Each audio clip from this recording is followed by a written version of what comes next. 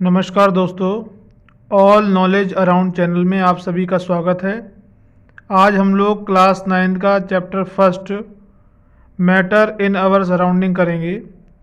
Topic start करने से पहले मेरी आप लोगों से रिक्वेस्ट है कि आप इस चैनल को सब्सक्राइब करिए, अपने दोस्तों तक शेयर करिए और कमेंट करिए। चलिए स्टार्ट करते हैं टॉपिक। तो टॉपिक है मैटर इन आवर सराउंडिंग। तो सबसे पहले यहाँ मैटर वर्ड का मतलब समझते हैं। देखिए, एक वर्ड होता है मैटर और एक हम लोग बोलते हैं मेटल। तो बहुत से स्टूडेंट्स को यही कन्फ्यूजन रहता है कि मैटर क्या है और मेटल क्या है। इस कन्फ्यूजन को दूर करते हैं। देखिए, अगर मैटर की बात करें, any object which occupy some space, कोई स्पेस अगर जगह, मान लीजिए ये हमारे पास एक टेबल है और हमने मान लीजिए इसके ऊपर एक बुक रख दी, ये बुक है। तो बुक रखी तो बुक ने इस टेबल की जगह को घेरी और बुक के अंदर कुछ ना कुछ वजन भी होगा। तो जिसके पास कुछ ना कुछ वजन हो और जो स्पेस को घेरे, वो सारे के सारे मैटर कहलाएंगे।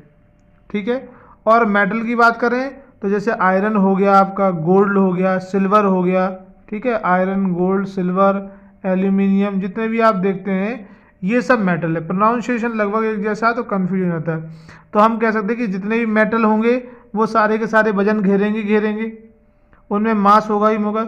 इसका मतलब हम कह सकते हैं कि ऑल मेटल, जितने सारे के सारे जो मेटल हैं वो सारे मैटर में आएंगे। लेकिन सारे मैटर मेटल नहीं हो सकते। जैसे हमने कहा वुड, लकड़ी भी तो जगह घेरेगी, क्या लकड़ी मेटल है? नहीं है। लेकिन मैंने कहा आयरन, आयरन जगह घेरेगा, वजन भी होगा। तो इसका मतलब आयरन मेटल भी होगा और मैटर भी होगा। इसका मतलब ये हुआ कि सारे मेटल मैटर होंगे लेकिन सारे मैटर मेटल नहीं होंगे। समझ में आ गई बात? चलिए, इसी में अगर हम बात करें तो देखते हैं। तो इसकी डेफिनेशन की अगर बात करें तो देखिए, anything that occupy space and has mass is felt by the sense is called matter. तो जो मैटर है हमारे, ये तो साइंस में बाद में आया, हमारे पुराणों में महर्षि कणाद ने पहले ही इसको कहा था, अणु, परमाणु, इन सब की व्याख्या की थी। तो हमारा जो मैटर है वो कुल मिला के बेसिक एलिमेंट पंच तत्व का, जैसे एयर, अर्थ, फायर, स्काई और वाटर, ये सब आपके मैटर के अंदर ही आते हैं। कई बार बहुत से लोगों को ये कन्फ्यूजन रहता है कि एयर मैटर है कि नहीं है। तो इस कन्फ्यूजन को भी दूर कर लेते हैं। तो इसका आंसर आएगा yes, air is a matter. क्यों? आप सपोज करिए एक बलून लीजिए और जब बलून में आप एयर फिल करेंगे तो धीरे धीरे वजन हो जाएगा। तो इसका मतलब जो छोटा सा बलून था वो बड़ा हो गया। क्यों हो गया? क्योंकि एयर ने उसकी स्पेस को कंप्लीट कर लिया। इसका मतलब स्पेस तो घिरता है बलून, एयर। दूसरा, आप उस बलून का वेट पहले बिना उसके करिए, एयर फिल करके, और फिर एयर फिल करने के बाद करेंगे तो आप देखेंगे कि उसका वजन पहले से बढ़ गया। या आप नॉर्मली देखते हैं मिक्की माउस जो झूले लगे रहते हैं जिसमें बच्चे कूदते हैं मेलों में, अगर उसमें से हवा निकाल लीजिए वो बहुत छोटा हो जाएगा, उसका वजन कम हो जाएगा। लेकिन वहीं जब एयर फिल हो जाती है तो वो बहुत बड़ा हो जाता है और भारी भी हो जाता है। इसका मतलब एयर की वजह से तो हुआ। तो एयर इसलिए हमारी मैटर के अंदर आती है। ठीक है, यहाँ तक आप लोगों को समझ में आ गया? चलिए आगे बढ़ते हैं। आगे हम बात करते हैं कैरेक्टरिस्टिक ऑफ पार्टिकल। जो मैटर हैं उनके पार्टिकल की कैरेक्टरिस्टिक के बारे में बात करें तो सबसे पहले आता है मेड अप ऑफ टिनी पार्टिकल। जो मैटर हैं वो छोटे छोटे पार्टिकल से मिलके बनते हैं। चलिए ठीक है। दूसरा, vacant space exist in particle. जब ये पार्टिकल से जो बन के कितने भी बनते हो, बीच में देखिए ये जैसे ये है, बीच में क्या होता है? इनके स्पेस होता ही होता है। तीसरा है particles are in continuous motion. मतलब जैसे हमें देखिए लिक्विड को हम फैलाएंगे तो उसके पार्टिकल तो हमें मोशन में दिखाई देते हैं। जैसे आपके अगर हम लिक्विड को फैलाते हैं, अगर लिक्विड फैलाएंगे तो हमें उसके पार्टिकल दिखेंगे चलते हुए। ऐसे गैस के भी पार्टिकल हमें फील करेंगे। जैसे परफ्यूम डाला, दूर तक खुशबू गई, इसका मतलब उसके पार्टिकल गए। लेकिन सॉलिड में अगर कोई ईंट रखी हुई है, मान ली ब्रिक्स रखी हुई सॉलिड में, लेकिन हमें लगेगा कि उसके पार्टिकल मोशन नहीं कर रहे हैं, लेकिन एक्चुअल में उसके पार्टिकल भी मोशन करते हैं। समझ में आ गया? तो इसका मतलब यही दे रखा है इसलिए कि पार्टिकल्स चाहे सॉलिड हो, चाहे लिक्विड हो, चाहे गैस हो, पार्टिकल हमेशा मोशन करते ही करते हैं। तीसरा, particles are held together by the force of attraction. और ये पार्टिकल जो हैं एक दूसरे से क्यों जुड़े हुए हैं? क्योंकि बीच में क्या होता है, इन पार्टिकल्स के बीच में होता है force of attraction. Force of attraction की वजह से ही ये आपस में जुड़े होते हैं। तो ये आपके हो गए characteristic of particles of matter. अब हम बात करते हैं स्टेट ऑफ मैटर की बात करते हैं। तो स्टेट ऑफ मैटर की अगर हम बात करें तो स्टेट ऑफ मैटर वैसे हम लोग जो एनसीईआरटी में पढ़ेंगे या जिनकी हम लोग बेसिक नॉलेज रखते हैं उनको तीन टाइप में मानते हैं। एक तो आपका होता है सॉलिड, एक आपका होता है लिक्विड, और तीसरा आपका होता है गैस। ये आप बहुत बचपन से पढ़ते आए हैं कि सॉलिड होता है, लिक्विड होता है और गैस होता है। भाई जितने भी आप ऑब्जेक्ट देखते हैं या तो वो सॉलिड होगा, सॉलिड में होगा, या लिक्विड कंडीशन में होगा, या गैसियस कंडीशन में होगा। लेकिन अगर हम और आगे बात करें तो अब जो आगे स्टडी करेंगे तो उसमें हम बात करेंगे कि जो हमारे पार्टिकल्स होते हैं वो कितने टाइप के होते हैं। वो पार्टिकल्स जो स्टेट मैटर के होते हैं वो एक्चुअल में 5 टाइप्स के होते हैं। कितने टाइप्स के होते हैं? 5 टाइप्स के। पहला आपका सॉलिड हो गया, दूसरा लिक्विड हो गया, तीसरा गैस हो गया, चौथा प्लाज्मा हो गया, और पांचवा बोस आइंस्टीन कंडेंसेट हो गया। ठीक है, तो ये 5 टाइप के हमारे पास मैटर रहते हैं। ये बात समझ में आ गई। इनकी कैरेक्टरिस्टिक के बारे में बात करेंगे कि किस किस टाइप की कैरेक्टरिस्टिक रहती है। तो जरा देखिए कैरेक्टरिस्टिक के बारे में। ये देखिए आपको फिगर दिखाई दे रहा है, इस फिगर के थ्रू हम लोग पढ़ेंगे। ठीक है, पहले हम तीनों की बात कर लेते हैं, सॉलिड, लिक्विड और गैस की बात कर लेते हैं। तो ये जो फिगर दिखाई दे रहा है आपका, ये आपका सॉलिड का हो गया, फिर ये लिक्विड का हो गया और फिर ये गैस का हो गया।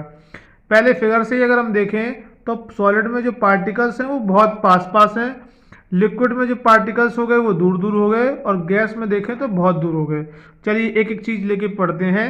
सबसे पहले अगर मैं बात करूं तो यहाँ देखिए पहला जो पॉइंट है, ये पॉइंट नंबर फर्स्ट कि सॉलिड की जो शेप है और वॉल्यूम है फिक्स तो शेप रहती है।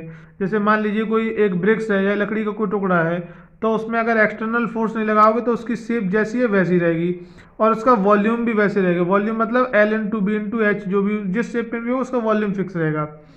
जबकि अगर मैं बात करूं गैस लिक्विड में तो फिक्स शेप नहीं रहेगी। क्यों? अगर आप 1 लीटर पानी उसको आप बॉटल में डालोगे तो बॉटल की जो शेप होगी उसमें कन्वर्ट हो जाएगा। आप उसको कोई बर्तन में डालेंगे, मान लीजिए कटोरी में डाल दिया तो कटोरी की शेप ले लेगी, या किसी बाल्टी में डाल दिया तो बाल्टी की शेप ले लेगी। समझ में आए? किसी जग में डाल दिया तो जग की शेप ले लेगी। लेकिन वो 1 लीटर जो पानी है वो 1 लीटर ही रहेगा, वो 2 या 4 लीटर नहीं होगा। तो इसलिए कहा गया है कि जो शेप है वो तो कैसी रहेगी, वो शेप फिक्स नहीं रहेगी, लेकिन वॉल्यूम जो है वो आपका फिक्स रहने वाला है। इसलिए शेप नॉट फिक्स और वॉल्यूम फिक्स। और इसके केस में जो गैस की है, इस केस में अगर बात करें तो ना तो शेप फिक्स रहती है ना वॉल्यूम फिक्स रहता है। ठीक है, दूसरा अगर हम बात करें नेक्स्ट इसकी पार्टिकल, देखिए इसमें जो इंटर पार्टिकल डिस्टेंस, इसमें देखिए पार्टिकल के बीच में जो डिस्टेंस है वो बहुत कम है। इसमें देखिए इंटर पार्टिकल स्पेस जो है वो सॉलिड के कंपेरिजन में ज़्यादा है, इसमें बहुत ज़्यादा है। ठीक है, तीसरा जब पार्टिकल में स्पेस ही कम होगा तो इनकम्प्रेसिबल होगा, बहुत ज़्यादा आप इसको कंप्रेस नहीं, कोई लोहे की ईंट है, लोहे का कोई ऑब्जेक्ट है, उसको आप ज़्यादा कंप्रेस नहीं कर सकते हैं, लेकिन ये जो लिक्विड है थोड़ा बहुत कंप्रेस कर सकते हैं। और गैस को हाईली कंप्रेसिबल होती है, तभी तो उसको कंप्रेस करके किसमें भरा जाता है, सिलेंडर में। जो एलपीजी सीएनजी होती है वो कंप्रेस्ड नेचुरल गैस होती है। ठीक है, जो सीएनजी हो कंप्रेस्ड नेचुरल तो कंप्रेस की जाती है। चलिए और आगे बात करें तो आगे है ये हाई डेंसिटी, इसमें डेंसिटी ज़्यादा होती है और डिफ्यूज़न बहुत कम होता है। इसमें डेंसिटी कम होती है और डिफ्यूज़न थोड़ा बहुत होता है। इसमें डेंसिटी बहुत कम होती है और डिफ्यूज़न बहुत ज़्यादा हाई होता है। चलिए और अगला पॉइंट की बात करें तो इंटर पार्टिकल फोर्स, इसमें जो स्ट्रॉन्गर फोर्स होता है तभी तो इनकी शेप जो है फिक्स रहेगी। तो इसमें जो है आपका inter particle force of attraction बहुत ज़्यादा होता है, सॉलिड के कंपैरिजन में थोड़ा वीक होता है, इसमें बहुत ज़्यादा वीक होता है। ठीक है, चलिए और अगला जो दे रखा है पार्टिकल्स वेरी क्लोजली पैक्ड, इसमें आप फिगर में भी दे रखे हैं क्लोजली पैक्ड हैं, इसमें लेस क्लोजली पैक्ड हैं और इसमें फ्रीली मूवमेंट करते हैं। तो ये दो हम लोगों ने ये तीन तीन डिफरेंस और तीन स्टेट की बात कर दी। अब ये अगले दो हमारे ये इम्पोर्टेंट जो है आपके ये दूसरी चौथी और पांचवी स्टेट है। ये आपका प्लाज्मा है। प्लाज्मा में क्या होता है, प्लाज्मा जो है आयोनाइज्ड गैस होती है। समझ लीजिए इसको पहले अच्छे से। देखिए आप जैसे सॉलिड है, सॉलिड को और हीट देंगे तो आप लिक्विड में कन्वर्ट कर देंगे, लिक्विड को और हीट देंगे तो आप गैस में कन्वर्ट कर देंगे। जब गैस को भी और कन्वर्ट, जो गैस क्या है ये आपका एलिमेंट हो जाएगा, इसमें फिर और आप ब्रेक करेंगे तो ये एटम में ब्रेक होगा, और एटम के बाद भी आपको पता है इलेक्ट्रॉन प्रोटॉन होता है, तो ये इलेक्ट्रॉन लूज करने लगता है। तो जब हम किसी भी गैस को, गैस भी कौन सी, जैसे आपकी हीलियम हो गई, जो आपकी नोबल गैसेस होती हैं, मतलब जिनका आउटर मोस्ट सेल कंप्लीट हो गया, हीलियम हो गई, नियोन हो गई, इनके एटॉमिक नंबर 2 होता है, पहली सेल में 2 कंप्लीट, इसका 10 होता है, तो इसकी भी सेल कंप्लीट होती है, जो इलेक्ट्रॉन लूज और गेन नहीं करती। तो ये नोबल गैसेस होती हैं। इन नोबल गैसेस को जब हम क्या करते हैं, इन नोबल गैसेस को जब और हीट प्रोवाइड की जाती है तो इसमें से जो इलेक्ट्रॉन लूज होती है वो प्रोसेस कहलाती है आयोनाइज्ड गैस। और आयोनाइज्ड गैस जो है वो फिर फ्लोरोसेंट मतलब लाइट इमिट करने लगती है, और यही जो स्टेट है वो आपकी प्लाज्मा स्टेट कहलाती है। अब क्वेश्चन आता है कि जो सन और स्टार हैं जिनको हम एक्स्ट्रा हीट प्रोवाइड नहीं करती है और वो अपने आप ग्लो करते हैं, क्योंकि उसमें जो है आयोनाइज्ड होती है हीलियम गैस से, हीलियम गैस सबसे ज़्यादा होती है सन में। तो सन हो गया आपका या स्टार हो गया, ये सारे के सारे आयोनाइज्ड गैस के कारण क्यों चमकते हैं, क्योंकि ये प्लाज्मा स्टेट में पहुंच गए हैं। तो प्लाज्मा स्टेट आपको समझ में आ गई होगी, ये फिगर दे रखा प्लाज्मा स्टेट का। और अब हम बात करते हैं पांचवें की। तो पांचवा है आपका बोस आइंस्टीन कंडेंसेट। इसमें इसका नाम क्यों रखा गया, क्योंकि बोस जो हमारे यहाँ के इंडियन साइंटिस्ट बोस और आइंस्टीन, इन दोनों ने मिलकर थ्योरी दी। इसमें क्या किया, इसमें जैसे हाई टेम्परेचर बढ़ाया जाता है, इसमें क्या किया जाता है, टेम्परेचर लो किया जाता है। कितना टेम्परेचर इसमें किया जाता है, 0 केल्विन। और इसको अगर 0 केल्विन और सेल्सियस का मतलब -273 सेल्सियस जब किसी गैस का टेम्परेचर कर देते हैं तो वो जो कंडीशन जो होती है वो आपकी बोस आइंस्टीन कंडीशन कहलाती है। ठीक है, ये बात समझ में आ गई है। चलिए इसको जरा पढ़ लेते हैं। तो ये आप समझिए प्लाज्मा के बारे में क्या लिखा है। प्लाज्मा आयोनाइज्ड गैस होती है, ठीक है, ionised gas good conductor electricity. Plasma gas are indefinite shape and indefinite volume और आयोनाइज्ड गैस होती है। जबकि बोस आइंस्टीन की बात करें तो ये state arise low temperature, temperature low किया जाता है। कितना, 0 केल्विन या -273 डिग्री सेल्सियस। और ये सारी गैसेस के लिए नहीं किया जाता, ये ऐसी गैसेस के लिए किया जाता है जिनका जो है जो डेंसिटी है वो 1/100 टाइम जो है वो एयर की डेंसिटी का 1/100 हो, उसका ही होता है। ठीक है, और इसमें जो है ये आपको समझ में आ गई होगी। मतलब किसी गैस को अगर आप इतना प्रेशर, इसमें क्या होता है जब हम गैस का टेम्परेचर बहुत लो प्रेशर कर देते हैं तो टेम्परेचर लो हो जाता है, तो ये पार्टिकल हैं वो पास आ जाते हैं और इस तरीके के स्ट्रक्चर बना लेते हैं। तो किसी भी गैस को जब आप गर्म करेंगे, बहुत ज़्यादा हीट करेंगे तो प्लाज्मा में कन्वर्ट होगी, और जब बहुत ज़्यादा आप ठंडा करेंगे, टेम्परेचर डाउन करेंगे तो वो बोस आइंस्टीन में कन्वर्ट होगी स्टेट। ये बात आपको समझ में आ गई होगी। चलिए आगे के टॉपिक की बात करें। आगे ये इसी तरीके से पार्टिकल्स के बारे में डिस्क्रिप्शन दे रखा है कि कौन सा पार्टिकल किस तरीके से वर्क करता है। ठीक है, इसको पढ़ लीजिए।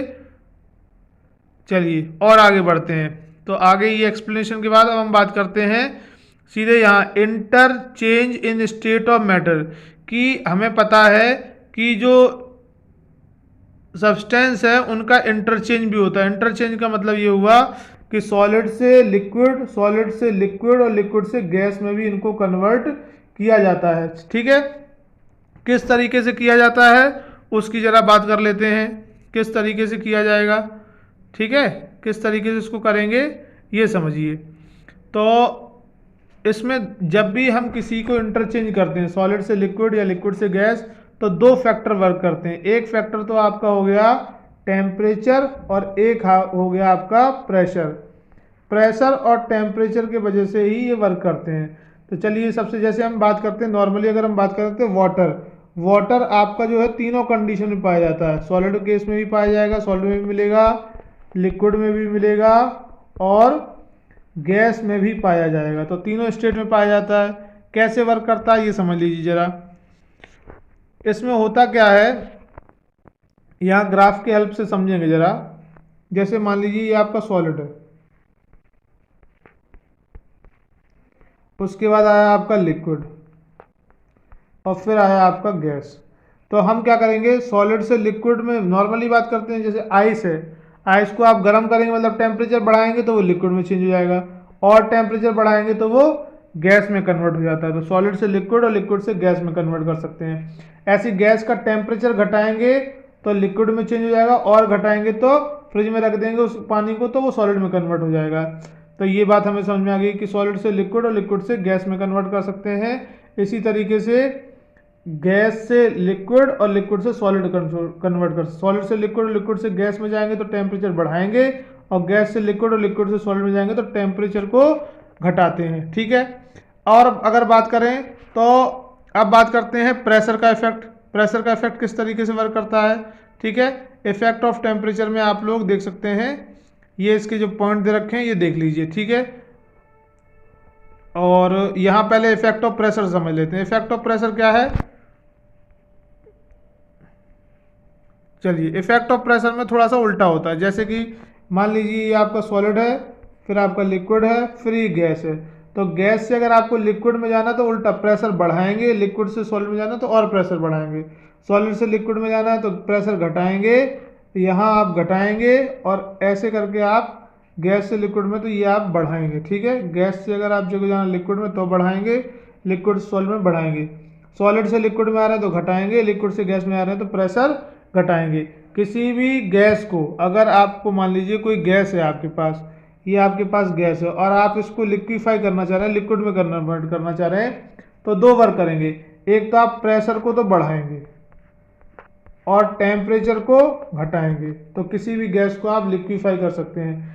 अब कुछ गैसेस जो होती हैं वो लिक्विड में कन्वर्ट नहीं होती हैं, जैसे कि आपका CO2 जो है, CO2 को हम लोग बोलते हैं ड्राई आइस। क्या बोलते हैं, ड्राई आइस। क्यों बोलते हैं, आपने देखी भी होगी ड्राई आइस के फॉर्म में CO2 होती है, क्योंकि जब भी इसमें हम गैसियस फॉर्म में गैस से लिक्विड में ना चेंज होकर सीधे सीधे सॉलिड में चेंज हो जाती है। किस में चेंज हो जाती है, गैस से सीधे सॉलिड में चेंज हो जाती है।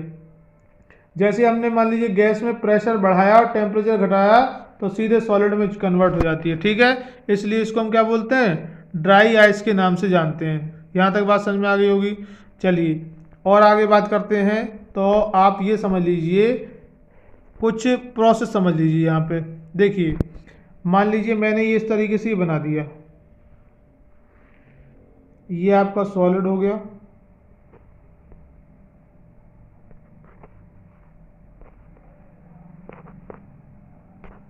ये आपका लिक्विड हो गया, और ये आपका हो गया गैस। ठीक है, अब आप समझिए, हर सॉलिड से लिक्विड में, लिक्विड हर इंटर कन्वर्ट कर सकते हैं। लिक्विड को आप सॉलिड में कन्वर्ट कर सकते हैं, सॉलिड को लिक्विड में कन्वर्ट कर सकते हैं, गैस को सॉलिड को गैस में और गैस को सॉलिड में कन्वर्ट कर सकते हैं, लिक्विड को गैस में और गैस को लिक्विड में भी कन्वर्ट कर सकते हैं। तो जब आप ये करेंगे तो ये प्रोसेस अलग अलग कहलाती हैं। जैसे कि आप देखिए, एक प्रोसेस होती है sublimation, the change of solid, solid को डायरेक्ट वेपर में चेंज करना, सॉलिड को लिक्विड में ला करके। जैसे अभी यहाँ लिख देते हैं, ये आपका मान लीजिए सॉलिड था, ये आपका लिक्विड था, ये गैस था। ठीक है, चलिए अगर आप सॉलिड को लिक्विड में कन्वर्ट करते हैं तो बोलेंगे लिक्विफिकेशन। ठीक है,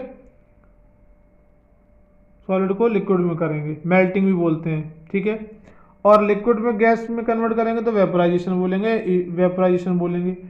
तो इसको बोलेंगे लिक्विड से गैस को बोलेंगे वेपोराइजेशन। ठीक है, और इसको बोलेंगे सॉलिड से लिक्विड में मेल्टिंग बोलते हैं। ठीक है, समझ में आ गई।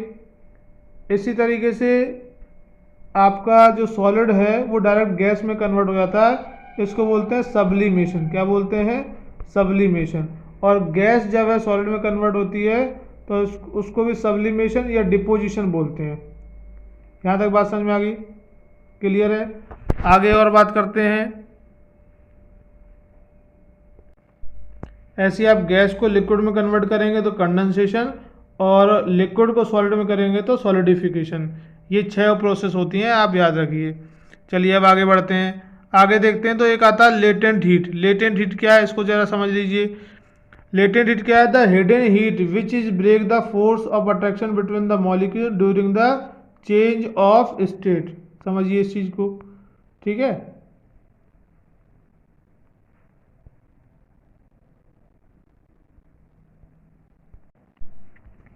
तो ये आपका लेटेंट हीट हो गया। मतलब लेटेंट हीट का, जैसे मान लीजिए आपके पास एक पानी है, उसका टेम्परेचर है 10 डिग्री, आप उसको हीट प्रोवाइड कर रहे हैं, तो 10 से वो 20 होगा, 30 होगा, 40 होगा, मान लीजिए 50 होगा, हीट चेंज होती, फिर 80 हुआ, फिर हुआ 100। 100 के बाद क्या होगा? टेम्परेचर नहीं बढ़ेगा, आप जो हीट दे रहे हैं वो हीट क्या करेगी? इस जो लिक्विड को है गैस में कन्वर्ट करने के काम आएगी वो हीट। उसी हीट को बोलते हैं latent heat. The hidden heat which break the force of attraction between the molecules during the change of state. तो ये आपका हो जाता है लेटेंट हीट। और आगे बढ़ते हैं। अब समझते हैं फ्यूजन और वेपोराइजेशन। एक वर्ड है फ्यूजन, एक है vaporisation. Heat energy required to change 1 kilogram of solid into liquid. 1 kilogram solid को लिक्विड में कन्वर्ट करने के लिए जितनी एनर्जी चाहिए उसको बोलते हैं फ्यूजन। और heat energy required to change 1 kg of liquid, liquid में गैस को चेंज करने के लिए चाहिए, उसको बोलते हैं वेपोराइजेशन। ठीक है, यहाँ तक बात समझ में आ गई? चलिए आगे बढ़ते हैं। तो आगे देखते हैं। अब आपका आता है इवेपोरेशन और बॉइलिंग। इसको जरा समझ लीजिए। इवेपोरेशन में क्या होता है? इवेपोरेशन में भी जो लिक्विड है वो लिक्विड गैस में कन्वर्ट होता है, और बॉइलिंग में भी जो लिक्विड है वो गैस में ही कन्वर्ट होता है। ये बात समझिए पहले तो। अब इसको समझिए। Particles of matter are always moving and are never at rest. ठीक है। At a given temperature in any gas, liquid और solid, there particle with different amount of kinetic energy. Kinetic energy होती है, ठीक है। In case of liquid, a small fraction of particles at the surface having higher kinetic energy is able to break force of attraction। उनका break हो जाता है जब उनको एनर्जी प्रोवाइड करते हैं, उनके अंदर काइनेटिक एनर्जी आती है। This phenomena of change liquid into vapour at any temperature below it's boiling point is called evaporation. देखिए अब इसको ढंग से समझने की अगर प्रयास करें तो मान लीजिए ये आपके पास एक बीकर है, ठीक है। मान लीजिए एक जो सब्सटेंस है वो उसका बॉइलिंग पॉइंट है 100 डिग्री सेल्सियस, पानी का ही मान लेते हैं 100 डिग्री सेल्सियस है। अब मान लीजिए इस पानी को हम हीट कर रहे हैं, हीट करने पे ये 100 डिग्री सेल्सियस, ये पानी जो है वाटर वो 100 डिग्री सेल्सियस पे आ गया, उसके बाद ये वेपर में कन्वर्ट हो रहा है, तो इसको बोलेंगे बॉइलिंग। ठीक है। अब मान लीजिए पानी हमने यही रखा रहने दिया, हमने कोई हीट प्रोवाइड नहीं की। जैसे मान लीजिए हमारे कमरे में पानी फैल गया, हम कोई उसको हीट तो नहीं करेंगे, या कमरे में पोंछा लगाया या गीले कपड़े टांग दिए, तो बिना अपने बॉइलिंग पॉइंट पे पहुंचे हुए भी जब पानी गैस में कन्वर्ट करने होने लगता है तो उसको बोलते हैं इवेपोरेशन। समझ लीजिए। हम दोबारा समझिए, हमने भगोने में पानी रख दिया और उसमें से धीरे धीरे 2-4 दिन बाद देखेंगे थोड़ा थोड़ा उड़ता रहेगा, तो वो हो गया इवेपोरेशन। और उस भगोने को हमने गैस पे चढ़ाकर और गर्म करना स्टार्ट किया और तुरंत फटाफट पानी इवेपोरेट हो रहा है, उसको बोलेंगे बॉइलिंग। ठीक है। अब समझते हैं कि जो इवेपोरेशन है उसमें किस किस तरीके से क्या क्या फैक्टर वर्क करते हैं। तो क्वेश्चन आता है right the factor affecting the evaporation. तो यहाँ पे आपके जो फैक्टर हैं वो आप कितने फैक्टर हैं, यहाँ आपको 4 फैक्टर मिलेंगे। ठीक है। चारों फैक्टर के बारे में बात करते हैं। पहला होता है आपका सरफेस एरिया। सरफेस एरिया अगर ज़्यादा होगा तो इवेपोरेशन भी ज़्यादा होगा। दूसरा होता है टेम्परेचर, टेम्परेचर ज़्यादा है तो इवेपोरेशन ज़्यादा होगा। तीसरा है आपका ह्यूमिडिटी, ह्यूमिडिटी ज़्यादा है तो इवेपोरेशन कम होगा। चौथा आपका होता है विंड स्पीड, विंड स्पीड अगर ज़्यादा है तो इवेपोरेशन ज़्यादा होगा। मतलब देखिए पहला समझिए, इंक्रीज इन सरफेस एरिया। आपको एक छोटी सी कटोरी में चाय पीने के लिए दे दी जाए और एक थाली में चाय पीने के लिए दे दी जाए, तो जो थाली वाली है वो जल्दी ठंडी हो जाएगी और जो कटोरी में है वो कम ठंडी होगी, क्योंकि थाली में सरफेस एरिया ज़्यादा होगा तो इवेपोरेशन ज़्यादा होगा। अब बात करते हैं टेम्परेचर। आपको कपड़े सुखाने हैं और मान लीजिए बहुत तेज़ धूप है तो टेम्परेचर ज़्यादा है, टेम्परेचर ज़्यादा है तो कपड़े जल्दी सूखेंगे, कपड़े का पानी सूखना क्या कहलाएगा, इवेपोरेशन। तो इसलिए टेम्परेचर ज़्यादा है तो इवेपोरेशन कम होगा। अब ह्यूमिडिटी समझिए, ह्यूमिडिटी का मतलब होता है कि एयर के अंदर वाटर के पार्टिकल्स पहले से ही ज़्यादा है अगर ह्यूमिडिटी है, और मान लीजिए ह्यूमिडिटी है, उस समय आप कपड़े सुखाते हैं, जैसे नमी रहती है ना बरसात के बाद, उसमें आप कपड़े सुखाते हैं तो बहुत लेट सूखे। क्यों? क्योंकि वाटर मॉलिक्यूल्स पहले से एयर में बहुत ज़्यादा है, वो और वाटर पार्टिकल को जल्दी एब्जॉर्ब नहीं कर सकता है। जैसे मान लीजिए आपके अंदर क्षमता है 1 गिलास पानी पीने की, आपको मैंने 1 गिलास पानी पिला दिया और आपसे कहूँ 1 गिलास और पीजिए तो नहीं पी पाएंगे ना, पिएंगे तो उसको बहुत टाइम लगाएंगे, धीरे धीरे पीते रहेंगे बहुत देर तक। इसी तरीके से ह्यूमिडिटी का मतलब है कि एयर के अंदर पहले से ही क्या है, वाटर प्रेजेंट है और ज़्यादा वाटर को एब्जॉर्ब करने की कैपेसिटी नहीं होती है, इसलिए ह्यूमिडिटी ज़्यादा होने पे इवेपोरेशन घट जाता है। लेकिन विंड स्पीड अगर ज़्यादा है, तेज़ हवाएं चल रही तो कपड़े जल्दी सूख जाते हैं, कोई भी चीज़ पानी जल्दी सूख जाता है। इसका मतलब अगर विंड स्पीड ज़्यादा है तो इवेपोरेशन भी ज़्यादा होगा। मतलब देखिए ह्यूमिडिटी पे तो इन्वर्सली प्रोपोर्शन है, ह्यूमिडिटी ज़्यादा इवेपोरेशन कम, बाकी सरफेस एरिया, टेम्परेचर और विंड स्पीड पर डायरेक्टली प्रोपोर्शन है। अगर ये ज़्यादा होंगे आपका सरफेस एरिया, टेम्परेचर या विंड स्पीड, तो इवेपोरेशन भी ज़्यादा ही होगा। चलिए आगे बात करते हैं। तो यहाँ तक आपको समझ में आ गया। दूसरा, evaporation cause cooling. Evaporation cause cooling क्या ये फैक्टर है, ये समझ लीजिए। जब इवेपोरेशन होता है, जैसे आप कहेंगे मैं कॉटन की क्लॉथ पहनता हूँ गर्मियों में और पसीना आता है तो वो उसको एब्जॉर्ब कर लेता है, ठंडा हो जाता है। हम नहा के आते हैं, हम ठंडा फील करते हैं। हम पे पेट्रोल या एसीटोन गिर जाता है, हम ठंडा फील करते हैं। क्यों? The particle of liquid absorb energy from surrounding to regain the energy lost during evaporation. जैसे मैंने नहाया तो मेरे पूरा बदन गीला हो गया, अब गीला होगा तो जो लिक्विड है वो मेरे बॉडी की एनर्जी को क्या करेगा, एब्जॉर्ब कर लेगा। और जैसे ही मैं पंखे के नीचे या कहीं भी आऊँगा तो वो जो पानी है वो इवेपोरेट होगा, साथ में मेरी एनर्जी भी इवेपोरेट हो जाएगी, इसलिए मुझे ठंडा फील होगा। समझ में? तो जहाँ भी कूलिंग होता है वहाँ जैसे गर्मी में पसीना आ जाए, लाइट चली जाए और फिर जब लाइट आती है, पंखा चलता है तो बहुत ठंडा फील होता है। क्यों? क्योंकि जो वाटर ड्रॉपलेट्स पसीने के रूप में आपके अंदर आए हैं वो आपकी बॉडी की एनर्जी को एब्जॉर्ब कर लेते हैं और जैसे ही वो पंखा चला वो एनर्जी लॉस्ट हो जाती है, इसलिए इवेपोरेशन कॉज कूलिंग। ठीक है, यहाँ तक बात समझ में आ गई। ये इवेपोरेशन और बॉइलिंग हमने समझ लिया है। अब हम बात करते हैं केल्विन और डिग्री सेल्सियस में। तो देख लीजिए, आप मान लीजिए 0 डिग्री सेल्सियस बराबर होता है 273 केल्विन। ठीक है, और इसको समझिए, जैसे मान लीजिए सेल्सियस और से केल्विन में चेंज करना है तो सी बाद में आता है, सी के बाद आता है के। तो देखिए इस सी से के या के से सी में 273 का प्लस होगा या माइनस होगा। तो समझ लीजिए सी ए बी सी डी में अगर ए बी सी उसके बाद आएगा मतलब प्लस ही तो हो रहा है, तो सी से जब भी के में कन्वर्ट करना होगा तो 273 प्लस करेंगे, के से सी में मतलब पीछे आ रहे हैं, पीछे मतलब माइनस, तो हम माइनस करेंगे 273।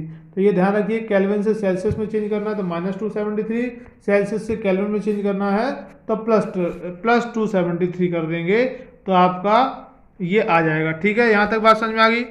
चलिए और आगे बढ़ते हैं। तो ये जो लगभग अगर हम बात करें तो ये हमारा टॉपिक पूरा क्लियर हो गया है। ठीक है, और कोई टॉपिक नहीं बचा है। ठीक है, तो आप लोग इसका प्रॉपर रिवीजन कर लेंगे, इसको अच्छे से पढ़ लेंगे। कोई डाउट हो तो आप कमेंट सेक्शन में डाल देंगे, हम उसके लिए भी आपको कमेंट में ही आंसर दे देंगे। आप ऐसी और सब्जेक्ट की या साइंस की 9th के वीडियो के लिए हमारे साथ जुड़े रहिए। वीडियो को शेयर और सब्सक्राइब जरूर करिए। Thank you.